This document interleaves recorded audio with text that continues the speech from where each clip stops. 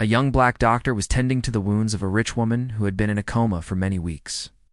He was about to change her bandages when suddenly she woke up and uttered a few words that shocked him. One of New York's most prestigious hospitals.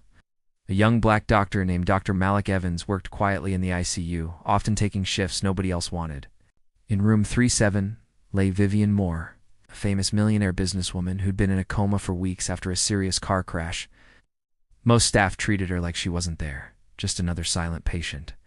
But Malik always greeted her softly when he came in, telling her what he was doing as he checked her vitals and changed her bandages, even though she never moved. He refused to believe she couldn't hear.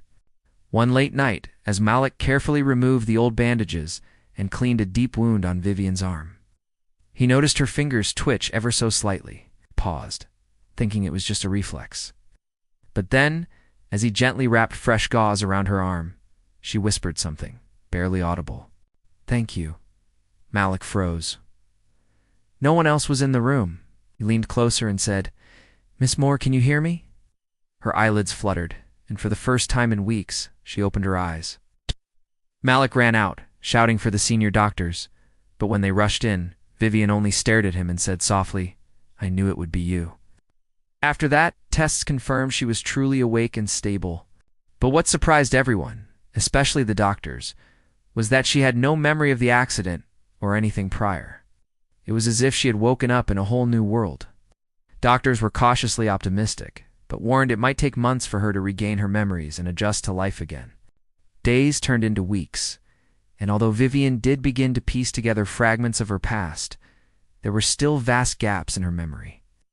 Throughout it all, she remained polite and kind to everyone, but there was an emptiness in her eyes that lingered. Then, one afternoon, Vivian requested to speak to Malik privately. When he entered her room, she looked at him with a mix of gratitude and sadness. "Dr. Evans," she began, "I wanted to tell you how grateful I am for your kindness. I may not remember much from before, but I remember you." She paused, then continued in a softer voice. "You talked to me when no one else did. You made sure I wasn't just a patient, I was a person. I could hear everything that was going on around me. The nurses, the doctors, some of them even doubted I'd ever wake up. But you never stopped believing." Tears welled up in Vivian's eyes. "I want you to know that because of you, I fought harder to wake up. You gave me hope when I had none. You reminded me I was more than just a patient in a hospital bed. You reminded me I was human." As Vivian spoke, Malik felt a lump forming in his throat. He had never thought of himself as anything special. He just treated his patients with the respect and dignity he believed they deserved. But hearing this from Vivian, knowing that his simple acts of kindness had made a difference, filled him with a sense of purpose and warmth that he had never experienced before. A week later, Vivian made a public announcement.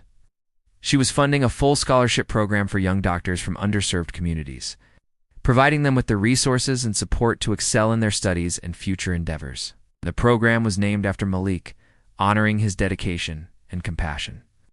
As news of the scholarship spread, Malik was approached by reporters and well-wishers. But amidst the chaos, he took a moment to look at the now-healed bandages on Vivian's arm.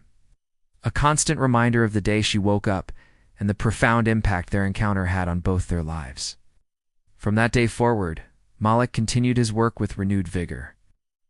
Inspired by Vivian's words and the bright future that lay ahead, he knew that his journey was just beginning, and he was ready to embrace it with open arms.